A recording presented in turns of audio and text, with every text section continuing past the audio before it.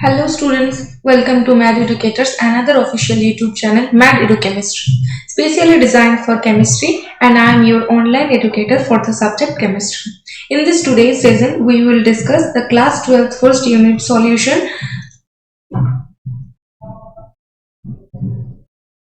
and we will cover this topic into parts. Already have uploaded 3 videos on this topic, and today's session will be on Raoult's law and ideal and non-ideal solution with a graphical explanation. In the previous videos, we have covered the topics: definition of solution, types of solution,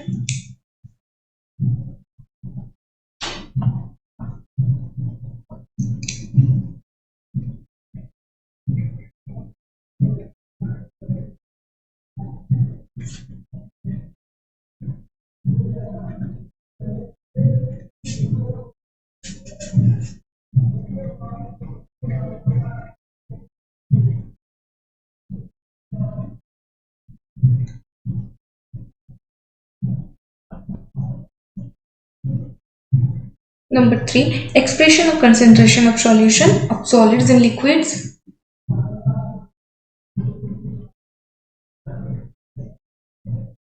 expression of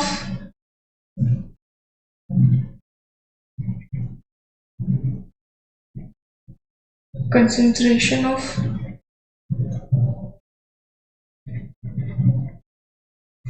solution of solids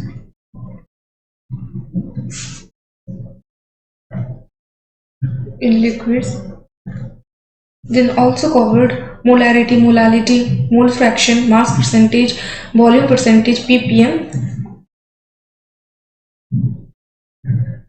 Those are all the concentration terms: molarity, molality, mole fraction,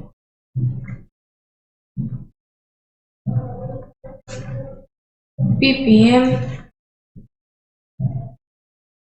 mass percentage, volume percentage, etc. Then covered the solubility term.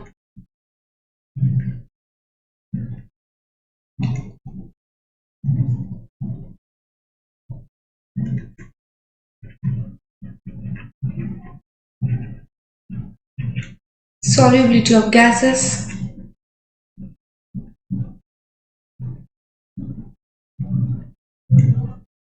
in liquids,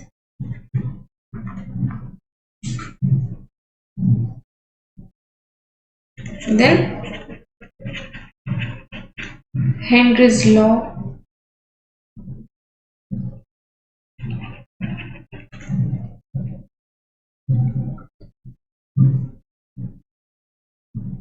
we have covered all these topics in the previous lectures, and now we will discuss the next important topic based on the vapor pressure, that is Raoult's law, ideal and non-ideal solution.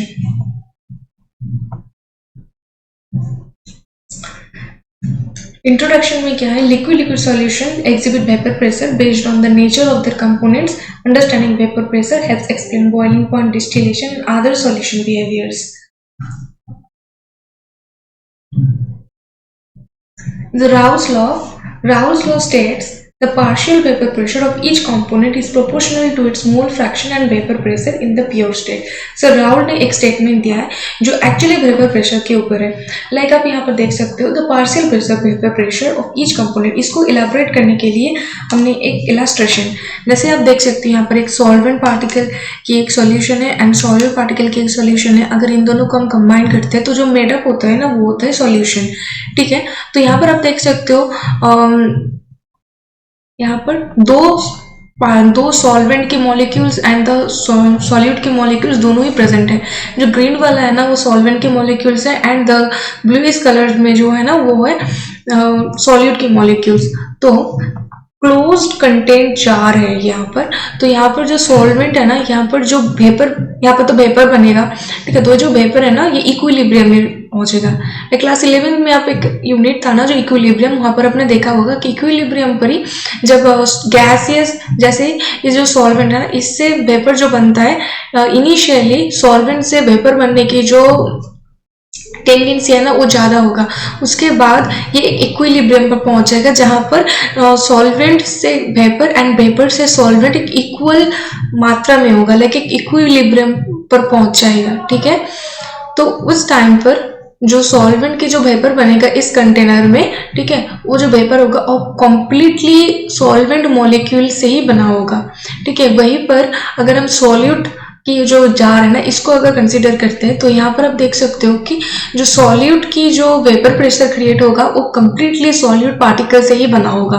ठीक है, वहीं पर अगर हम solution में जहाँ पर solvent and solute दोनों की मॉलिक्यूल्स प्रेजेंट है इस क्लोज कंटेंट जार में, जो वेपर क्रिएट होगा इसमें इस सॉल्यूशन के ऊपर, तो वो mainly solvent molecules and solute molecule से ही बना होगा। क्योंकि हम यहाँ पर जो राउल्स लॉ है ना ये एक्चुअली एप्लीकेबल होता है वोलाटाइल केस में। अगर नॉन वोलाटाइल होगा ना तो इसका वेपर ही नहीं बनेगा, तो इसके लिए जो सॉल्यूट है ना वो वोलाटाइल है। ठीक है, तो इसीलिए यहाँ पर सॉल्यूट जो होगा ना वो वोलाटाइल है, इसी में यहाँ पर जो वेपर क्रिएट होगा इसमें सॉल्यूट एंड सॉल्वेंट दोनों का ही कंट्रीब्यूशन है।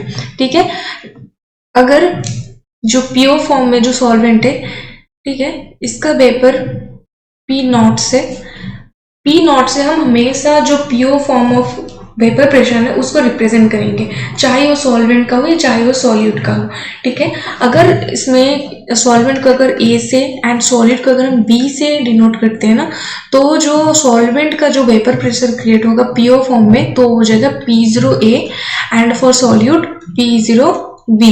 ठीक है, तो फॉर सॉल्यूशन यहाँ पर जो वेपर प्रेस क्रिएट होगा ना वो एक्चुअली P0 एंड P0B की दोनों की कंबाइन से होने वाला है। तो यहाँ पर जो वेपर प्रेशर होगा वो actually P0A plus P0B।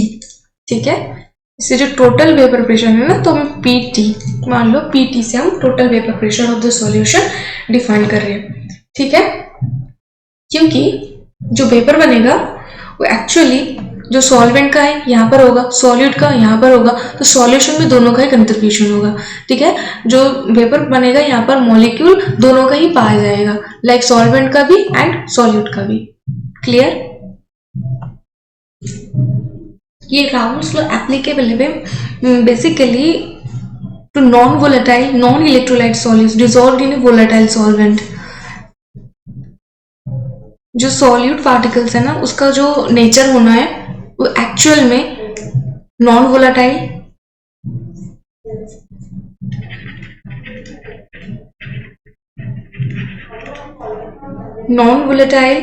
Non electrolyte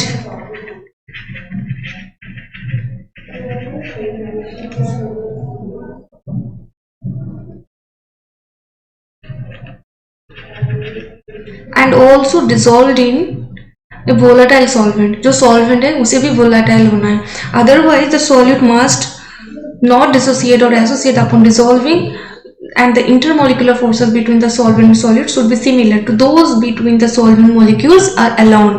Just because of that अगर सॉल्यूट एंड सॉल्वेंट की जो intermolecular force of attraction and distraction जो भी हो ना तो उसका जो मोलिकुलर दो मॉलिक्यूल के बीच जो भी अट्रैक्शन फोर्सेस क्रिएट होगा, ठीक है, वो through out the solution same होना है। ठीक है, अभी इस जो टर्म्स है ना non volatile and non electrolyte इस टर्म को हम डिफाइन करेंगे। ठीक है,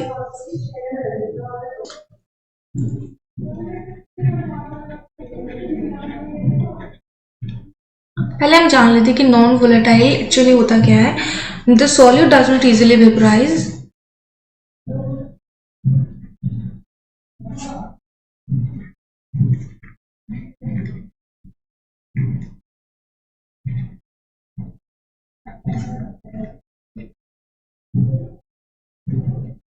यानी जो सॉल्यूट पार्टिकल्स है वो इजीली वेपर में कन्वर्ट नहीं होता है। ठीक है, this is why the law most useful in the non volatile solute is added to the volatile solvent. Otherwise जो सॉल्वेंट एंड सॉल्यूशन क्रिएट होगा ना ये जो नॉन वोलेटाइल होगा तो उसमें जो वेपर क्रिएट होगा वो कंप्लीटली सॉल्वेंट मॉलिक्यूल से बनता होगा। इसीलिए this is why the law is most useful when non-volatile solute is added to volatile solvent. Okay, as only the solvent molecules contribute to the vapor pressure. Hope this is clear to you. And the non-electrolyte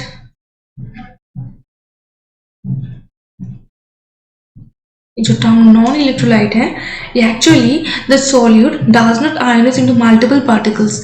like अगर कोई solute particles और like NaCl, ठीक है, अगर हम NaCl को किसी solution में लाइक H2 में देते हैं ना, तो ये आयोनाइज हो जाएगा लाइक Na+ एंड Cl- में। तो ये एक मॉलिक्यूल था, ठीक है, अभी आयोनाइज होकर 2 में कन्वर्ट हो गया है, ठीक है। तो this will hamper the proper vapour pressure. So non electrolyte में अब हम जानेंगे इसका डेफिनेशन एक्चुअली होता क्या है, ठीक है। The solute does not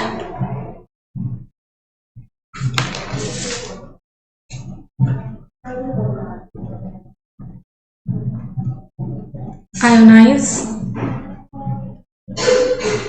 into multiple particles.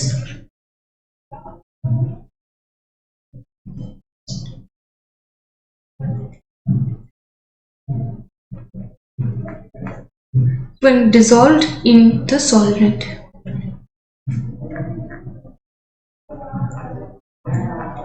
जो इलेक्ट्रोलाइट होता है वो बेसिकली क्या होता है, नेक्स्ट जो टॉपिक है ना क्लास 12 के जो यूनिट 2 है ना, वो इलेक्ट्रोकेमिस्ट्री के ऊपर है।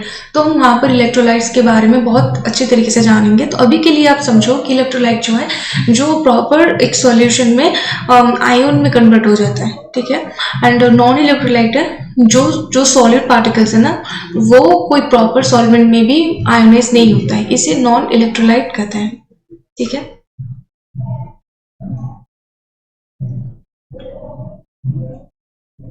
And another important thing is the ideal behavior.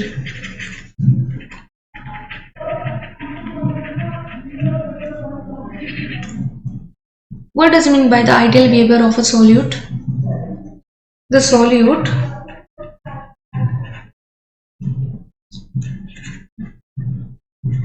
should form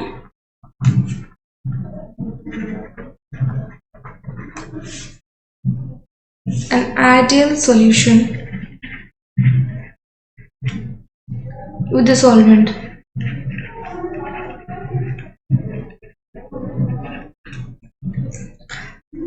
मतलब the intermolecular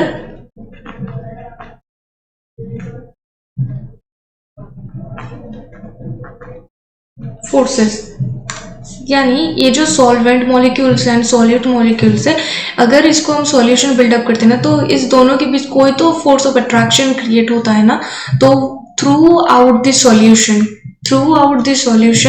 ठीक है, इसके बीच जो भी कॉलिशन के वजह से जो भी इंटरेक्शन क्रिएट होता है ना, वो सेम यानी इक्वल होना चाहिए। ये ऐसा नहीं कि इसी पार्ट्स में ज्यादा फोर्स ऑफ अट्रैक्शन क्रिएट हुई, यहाँ पर कम हो जाए, ऐसा नहीं है। इक्वली आइडियल सॉल्यूशन का मतलब है कि equally force of attraction through out the solution equal हो, ठीक है। So from the ideal solution with solvent, the intermolecular forces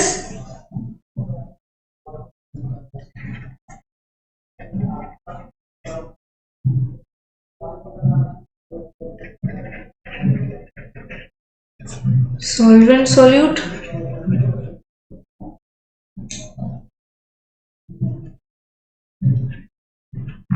solvent and also between the solute इस हाइफन से हम इस जो इंटरेक्शन है ना उसको रिप्रेजेंट करते हैं, ठीक है, हाइफन से। तो आर रफली इक्वल, ये जो 3 पॉइंट है ना, ये बेसिकली होना चाहिए राउल्स लॉ एप्लीकेबल होने के लिए। यानी कि राउल्स लॉ एप्लीकेबल होता है बस इस टाइप की जो सॉल्यूशन होता है इसीलिए, जैसे सॉल्यूट होना चाहिए non volatile, non electrolyte and the solution should be follow the ideal behaviour, okay.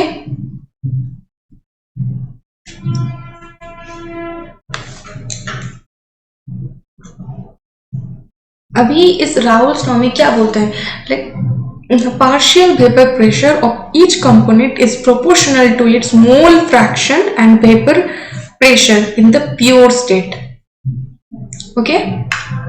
अब यहाँ पर देख सकते हो कि सॉल्वेंट की जो प्योर वेपर प्रेशर है ना P0 नॉट ए से डिनोट किया गया है एंड सॉलिड का जो है ना वो P0 नॉट बी से डिनोट किया गया है। यहाँ पर जो सॉल्यूशन का टोटल पार्शियल वेपर प्रेशर जो P0 किया ना ये partial vapour pressure of A है एंड P0 बी जो है ना ये partial vapour pressure of B है फॉर दिस सॉल्यूशन। ठीक है, क्योंकि यहाँ पर दोनों के कंट्रीब्यूशन है।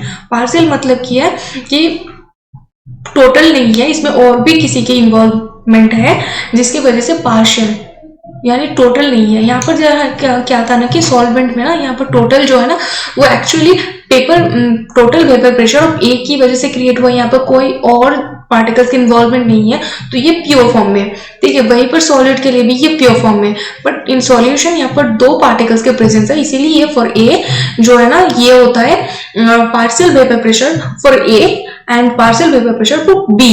ठीक है, तो राउल्स ने क्या बोला है कि ये जो partial vapour pressure of each component is proportional to its mole fraction, यानी कि अगर इस सॉल्यूशन में अगर ए पार्टिकल्स की ज्यादा इन्वॉल्वमेंट है तो इसका जो पार्शियल वेपर प्रेशर होगा for a will be increasing, क्योंकि ये डायरेक्टली प्रोपोर्शनेट है इसकी मोल फ्रैक्शन में। ठीक है, this is same applicable for the B.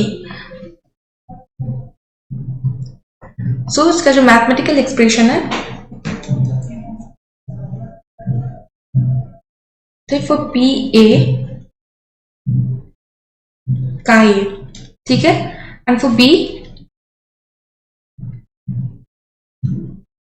काई बी। ठीक है, ये जो प्रोपोर्शनलिटी साइन है ना इसको अगर हम रिमूव करते हैं तो इसमें ये प्रोपोर्शनलिटी कांस्टेंट आ जाता है जो बेसिकली होता है इसका प्योर फॉर्म को रिप्रेजेंट करता है। ठीक है, chi and same for the P B, sorry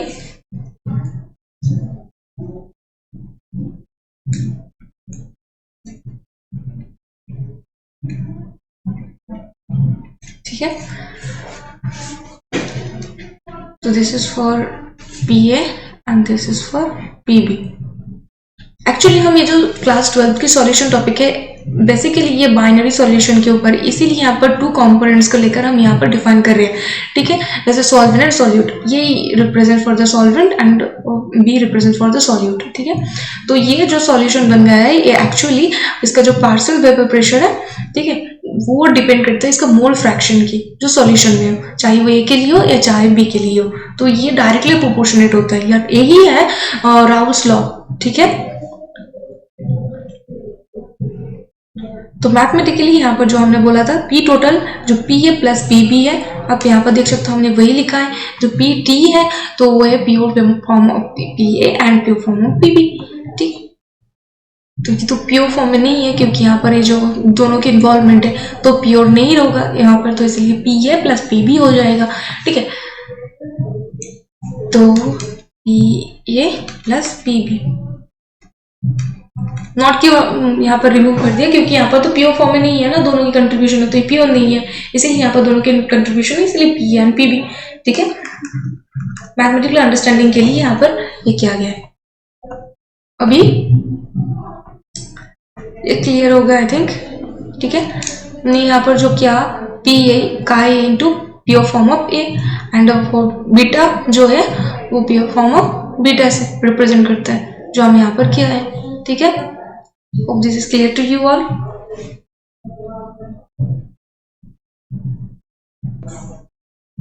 अभी अगर हम mole fraction and vapour pressure को एक ग्राफिकल एक्सप्लेनेशन से देखते हैं तो इसका जो ग्राफ बनता है ना वो एक्चुअली लीनियर फॉर्म में होता है। ठीक है, तो यहाँ पर हम ग्राफ को प्लॉट कर रहे हैं, आप देखो आराम से।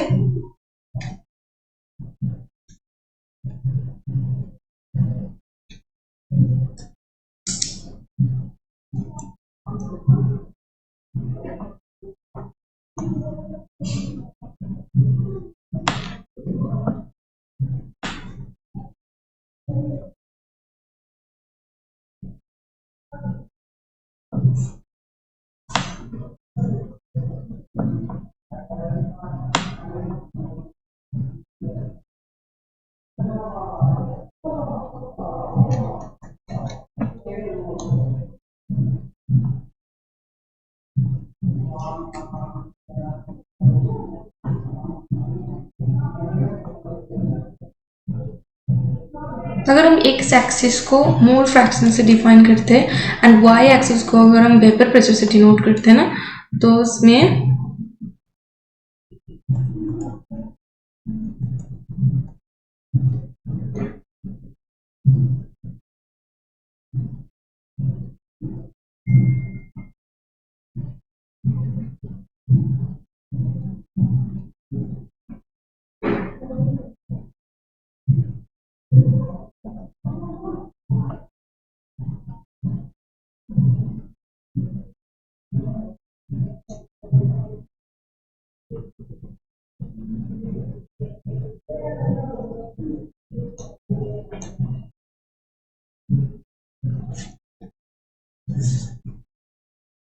तो y एक्सिस को अगर हम डिनोट करते हैं, ये y एक्सिस है एंड ये x एक्सिस है, ठीक है। से हम मोल फ्रैक्शन से एंड y एक्सिस को हम डिनोट करेंगे वेपर प्रेशर से, ठीक है। एंड ये वाला पॉइंट पर मान लेते हैं कि जो x1 यानी कि xa की जो कंपोनेंट है ना, ये फुल है एंड यहाँ पर जो xb है ना वो 0 है, यानी कि ये प्योर फॉर्म ऑफ ये की प्रेजेंस है यहाँ पर, ठीक है।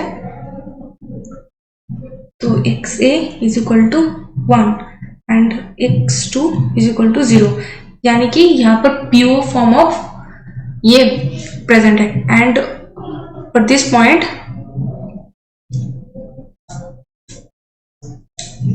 हम यहाँ पर जो काई ए है ना वो एक्चुअली 0 एंड काई बी यहाँ पर 1, यानी कि 1 जो रिप्रेजेंट करता है ना ये मोल फ्रैक्शन, जो मोल फ्रैक्शन है बेसिकली। तो अब x1 प्लस x2 जो होता है ना mole fraction of any solution, अगर हम इसको टोटल कर देते हैं तो उसका जो रिजल्ट आता है वो एक्चुअली 1 हो जाता है। तो इसमें अगर x1 मतलब xa जो है ना ये अगर 1 है ना, तो यहाँ पर ये प्योर फॉर्म में प्रेजेंट है इस पॉइंट पर। एंड इस लाइन पर अगर हम xb का 1 कर देते तो ये होता है इसका प्योर फॉर्म में प्रेजेंट, यहाँ पर कोई अनदर पार्टिकल्स की प्रेजेंस नहीं है, ठीक है। तो इसका जो प्योर वेपर प्रेशर होगा इस पॉइंट के लिए तो ये हो जाएगा PB0 एंड इस साइड हो जाएगा PA0, ठीक है।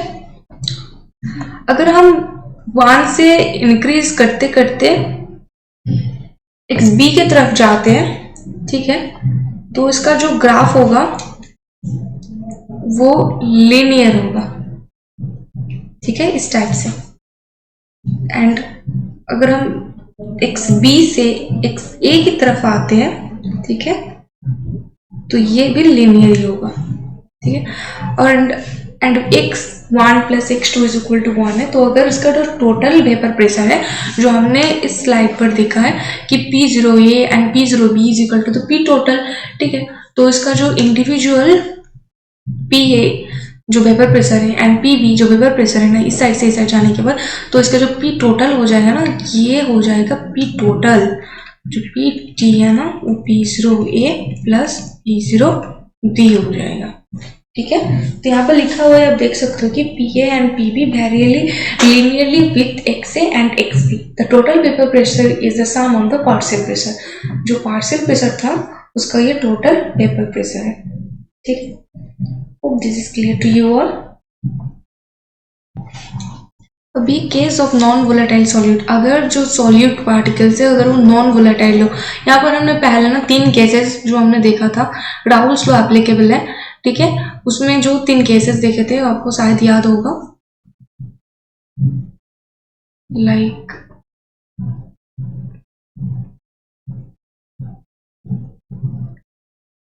ये जो 3 केसेस है non volatile, non electrolyte and ideal behaviour, ठीक है।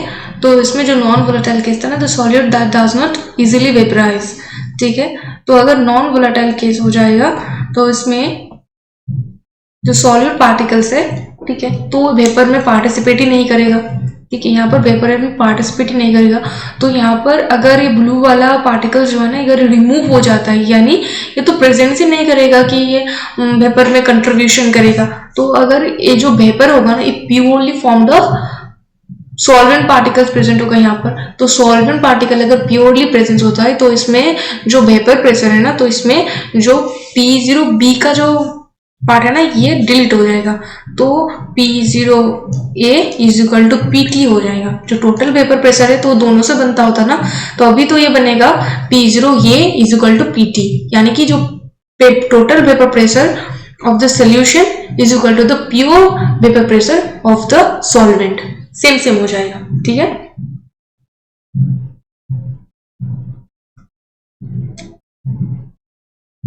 सो यहाँ पर लिखा ही है, देख सकते हो आप कि when a non-volatile solute is added, only solvent contributes to the vapor pressure and the vapor pressure decreases with increasing solid concentration.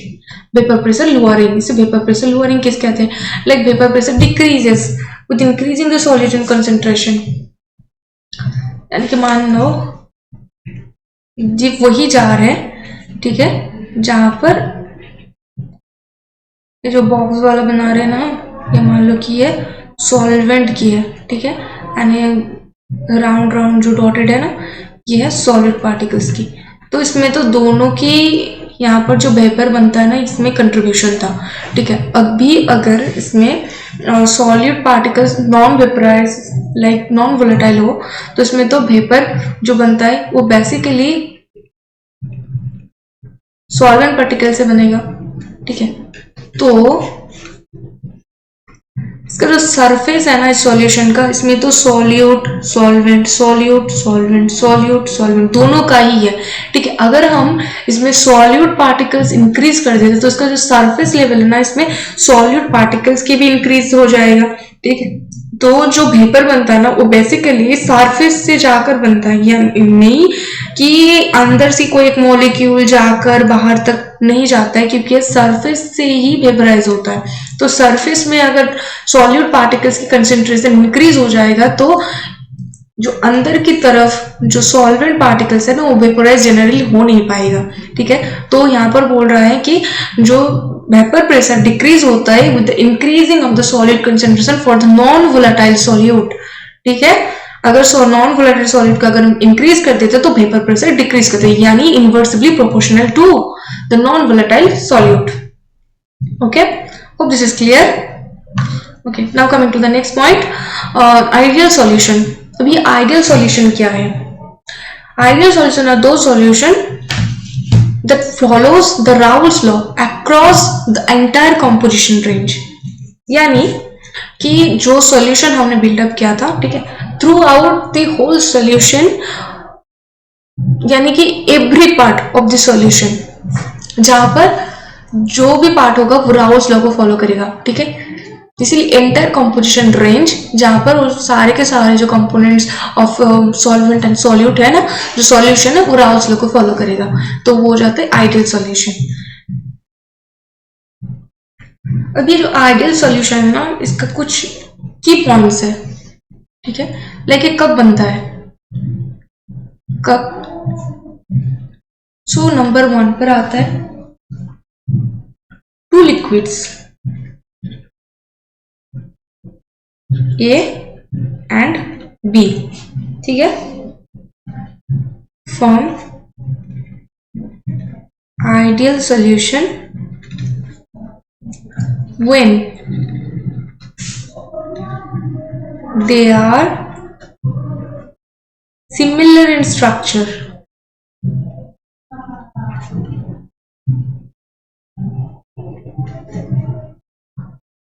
and polarity।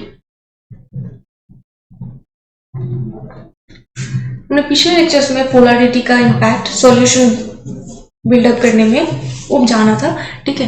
तो वही जो फैक्टर था ना पोलैरिटी वाला, कि लाइक्स लाइक, यानी कि सेम टाइप की जो सॉल्वेंट सेम टाइप की सॉल्यूट को ही डिजॉल्व करता है, जो पिछले लेक्चर्स में हमने जाना था, ठीक है। तो अभी ये जो स्ट्रक्चर है, different type of structure and the polar solvent जो है वो कभी भी डिफरेंट टाइप ऑफ सॉल्यूट जो स्ट्रक्चर में एंड पोलरिटी में है ना, उसको डिसॉल्व नहीं करेगा। तो आइडियल सॉल्यूशन भी कभी नहीं बन पाएगा। तो पहला जो पॉइंट हो जाता है, ठीक है, ए एंड बी का जो सॉल्यूशन बनेगा उसका जो मॉलिक्यूलर स्ट्रक्चर एंड पोलैरिटी उस नियर अबाउट इक्वल होना चाहिए, यानी कि सिमिलर टाइप का होना चाहिए, ठीक है। एंड सेकेंड पॉइंट हो जाता है in an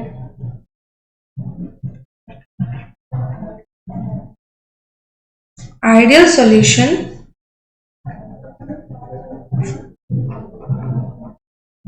the nature of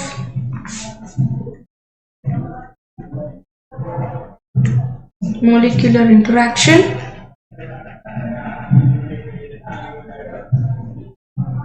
any forces between A and A, B and B, B.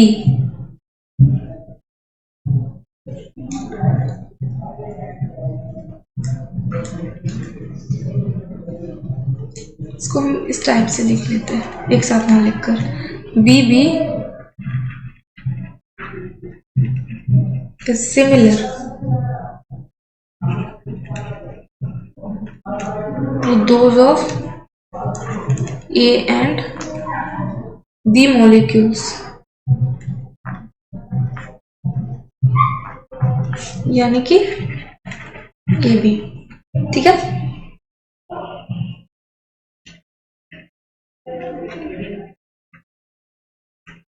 Therefore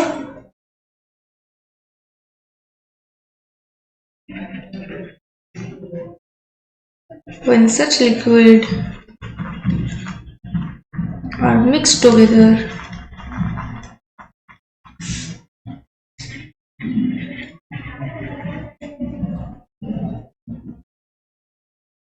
there is no enthalpy change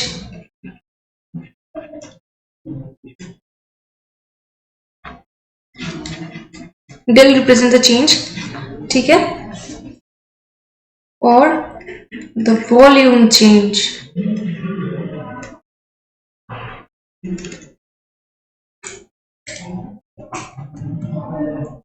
यानी कि इस दोनों को मिक्स करने से अगर आइडियल सॉल्यूशन हो, अगर ये आइडियल सॉल्यूशन हो तो इस दोनों को मिक्स करने से इसका जो वॉल्यूम है ना ये इंक्रीज नहीं हो जाएगा। इन दोनों के इंडिविजुअल जो वॉल्यूम है इसको टोटल करने से जो प्रॉपर वॉल्यूम है उसका जो वॉल्यूम है ना उससे चेंज होकर कम या ज्यादा नहीं हो जाएगा, ठीक है, इक्वली रहेगा। एंड जो एंथैल्पी चेंज हो जाता है ना वो भी नहीं चेंज होगा। अगर ये भी नहीं चेंज होता है तो उसका जो एंट्रोपी है ना यानी कि डेल एस वो भी चेंज नहीं होगा। तो आइडियल सॉल्यूशन का जो मेन फैक्टर्स है, ठीक है, वो है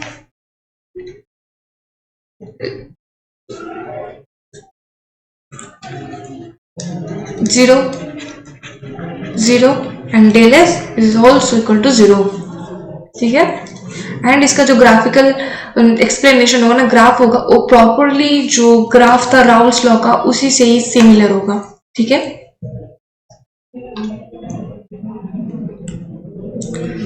एंड आते हैं अभी नॉन आइडियल सॉल्यूशन के लिए। नॉन आइडियल सॉल्यूशन क्या है? जो deviate from the Raoult's law, यानी जो राउल्स लॉ को फॉलो नहीं करता है। इसको अगर हम दो टाइप से डिवाइड कर सकते हैं, like positive deviation and the negative deviation depending on it's interaction. जो मॉलिक्यूलर इंटरैक्शन होता है ना उसके ऊपर हम इसको डेविएट कर सकते हैं टू टाइप्स पर। एक होता है पॉजिटिव डेविएशन एंड सेकेंड होता है नेगेटिव डेविएशन, ठीक है।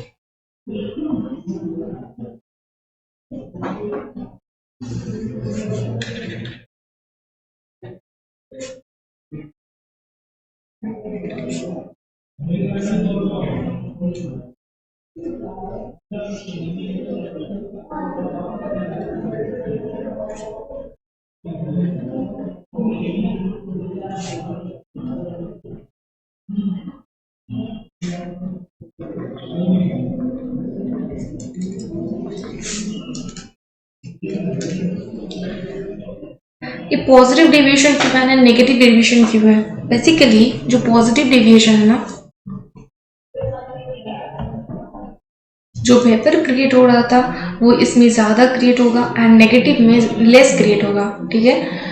तो इसके ऊपर डिफाइन करके इसका नाम हो गया पॉजिटिव डेविएशन एंड इसका नाम हो गया नेगेटिव डेविएशन, क्योंकि जो ग्राफिकल रिप्रेजेंटेशन है ना उसमें इसका जो ग्राफ है पॉजिटिव का वो ऊपर के साइड हो जाते हैं, नेगेटिव डेविएशन के जो main graph of Raoult's law है ना उससे डेविएट करके नीचे की तरफ हो जाती है, यानी नेगेटिव साइड हो जाता है, ठीक है।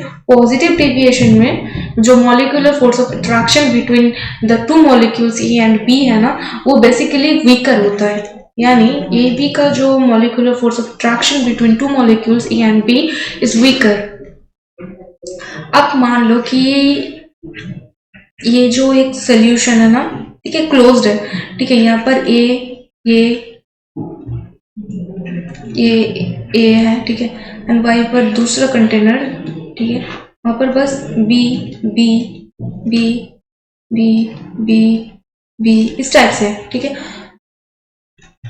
तो अगर ये दो प्योर फॉर्म में ज्यादा स्टेबल है, ठीक है, एंड बी भी ज्यादा स्टेबल है, ठीक है, अगर इस दोनों को कंबाइन कर दोगे, ठीक है, इसका जो स्टेबिलिटी है, अगर जो नए फॉर्म हो रहे हैं जो सोल्यूशन उसका जो स्टेबिलिटी है ना वो अगर इस दोनों के प्योर फॉर्म से लेस होता है यानी कि अनस्टेबल होता है, ठीक है, तो वो बॉन्ड फॉर्मेशन में ज्यादातर पार्टिसिपेट नहीं करेगा, वो वेपराइज होना चाहेगा, ठीक है।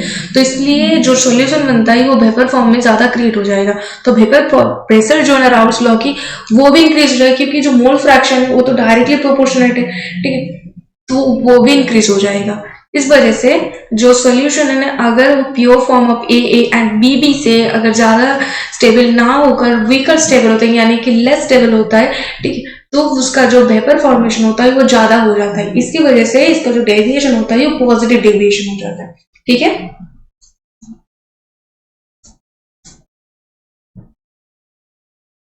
तो इसका जो पॉइंट है वो बेसिकली है जो होता है weaker than pure form of A and B.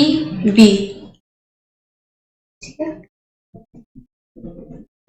and negative deviation में the intermolecular force of attraction between A and B are weaker than those between the AB, यानी कि जो A and B है ना स्ट्रॉन्गर होता है,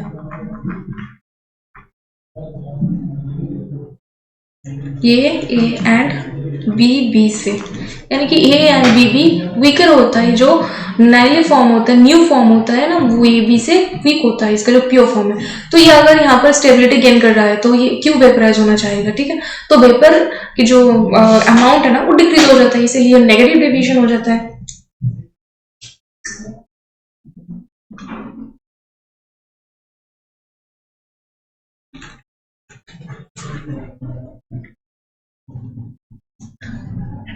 तो जो वेपर प्रेशर है इज हाईली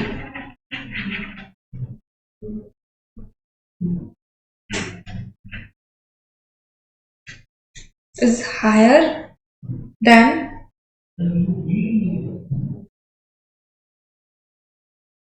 Raoult's law.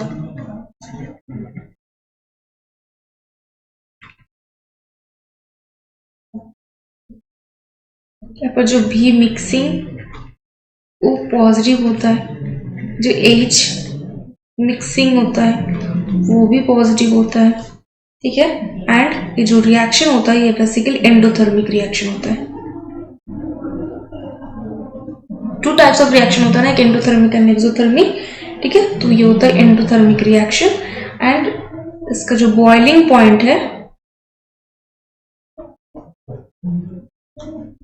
वो लेस है, यानी कि लेस है, क्यों, क्योंकि तो पहले से ही अनस्टेबल है, अगर आप इसको हिट दोगे तो ये तो अपना जो फॉर्म बना हुआ है ना ए बी का ये बॉन्ड टूट कर डायरेक्टली वेपर में कन्वर्ट हो जाएगा, तो इसका बॉइलिंग पॉइंट लेस है। वहीं पर अगर नेगेटिव डिविजन को कंपेयर करते हो ना तो उसमें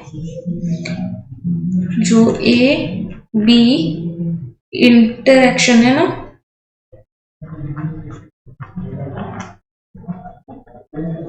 ये तो स्ट्रॉन्गर है,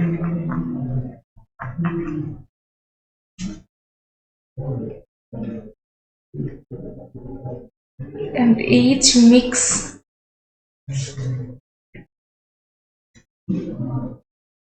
एंड नेगेटिव है। वी मिक्स ये भी नेगेटिव है, यानी ये होता है एक्सोथर्मिक रिएक्शन।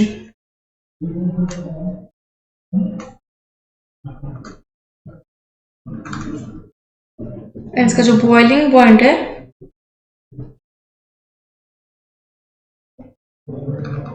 वो इंक्रीज्ड है, क्योंकि जो AB का जो फॉर्मेशन हुआ है वो बेसिकली ज़्यादा स्टेबल है, तो इसको अगर वेपर में कन्वर्ट करना होता है तो उसको ज़्यादा बॉइलिंग करना पड़ेगा। तो इसका जो बिटवीन जो बॉन्ड है ना, ये उसको ब्रेक करेगा, फिर वेपर में कन्वर्ट होगा। तो इसके लिए ज़्यादा एनर्जी की, ज़्यादा हीट की रिक्वायरमेंट है, इसीलिए इसका जो बॉइलिंग पॉइंट है वो ज़्यादा है। ठीक है।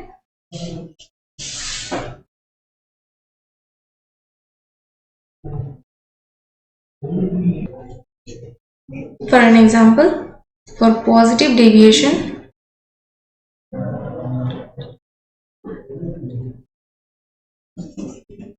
and this is for negative deviation.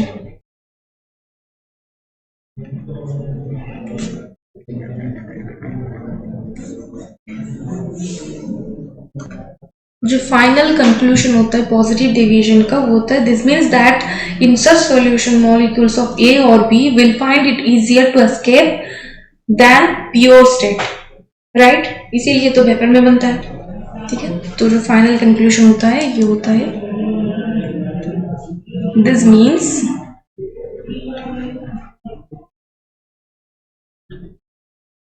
That in such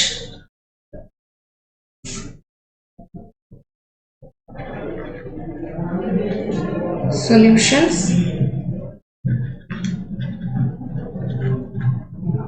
molecule of A or B will find it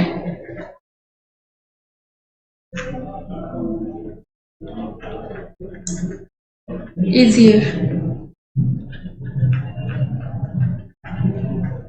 to escape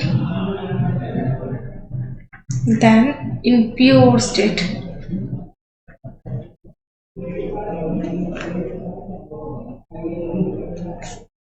Which leads to increasing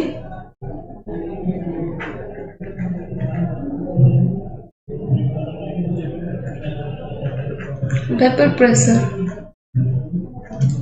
right? And for negative deviation,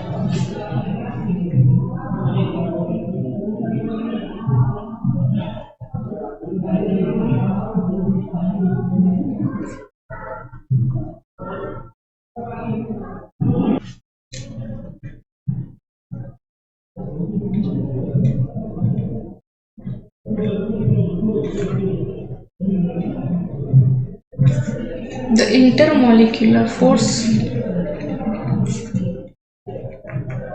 attraction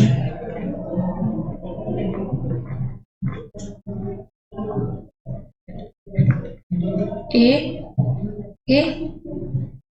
and between B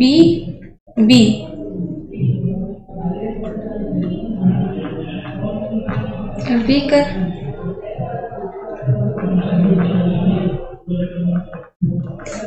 than those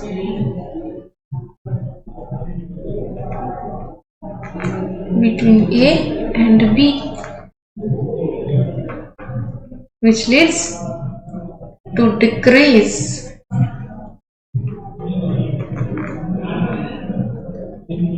the vapor pressure.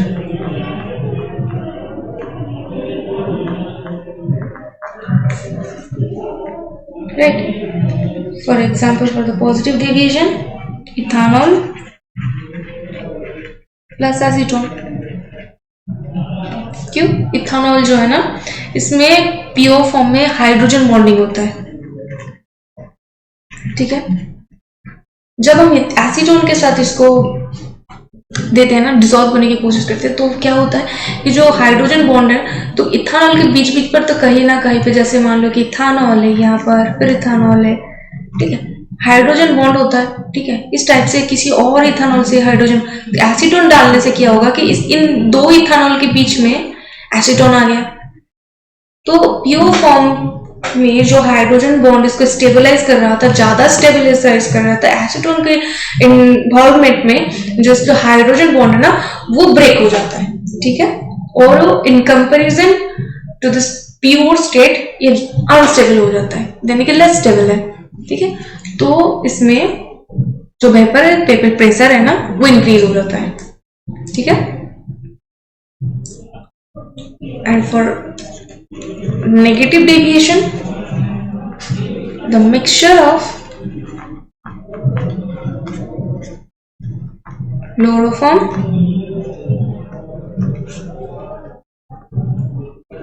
plus acetone,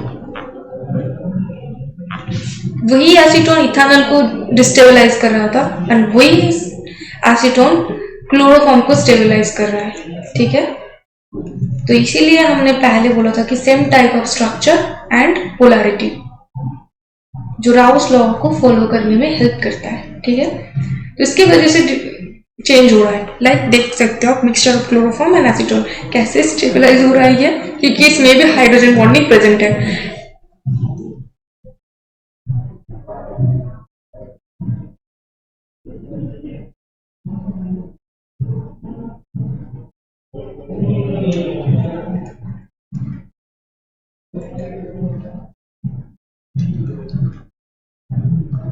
chloroform के structure ये हो ना ClH, तो ये जो oxygen है इससे hydrogen bond हो जाएगा, तो ये नॉर्मली जो एसीटोन एंड जो क्लोरोफॉर्म है उससे इसमें ज्यादा स्टेबिलिटी गेन कर रहा है, इसीलिए इसका जो स्टेबिलिटी है ना इसको स्टोर करने में हेल्प करेगा। तो स्टेबिलिटी में अगर हम क्या चाहते हैं कि हम स्टेबल होना चाहते हैं, हमारे सिस्टम में तो कहते हैं कि हम स्टेबिलिटी गेन करें, ठीक है। अगर वेपर प्रेशर क्रिएट करना हो तो हमें तो इसको डिस्टेबलाइज होना है ना, तो इसमें स्टेबिलिटी गेन कर रहा है, तो इसके लिए जो वेपर प्रेशर होता है क्रिएट करने का, तो वो वेपर प्रेशर ऑटोमेटिकली डिक्रीज हो जाता है, क्योंकि प्योर फॉर्म से जो सोल्यूशन बना है इसमें स्टेबिलिटी गेन कर गया, तो ये अपना सॉल्यूशन छोड़कर वेपर में नहीं जाना चाहेगा, ठीक है, इसीलिए वेपर प्रेशर डिक्रीज हो जाता है।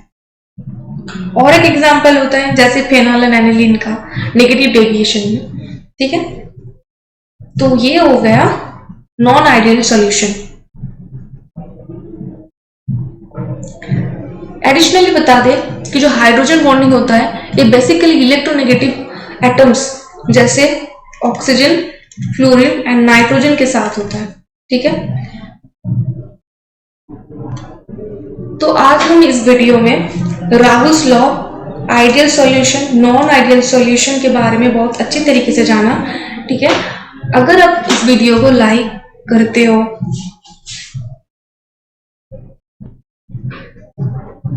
if this video helps you to clear the concept, so you can like this video and to subscribe this channel to get more videos on your class. मिलते हैं नेक्स्ट वीडियो में, तब तक के लिए bye bye, take care of yourself and also your family.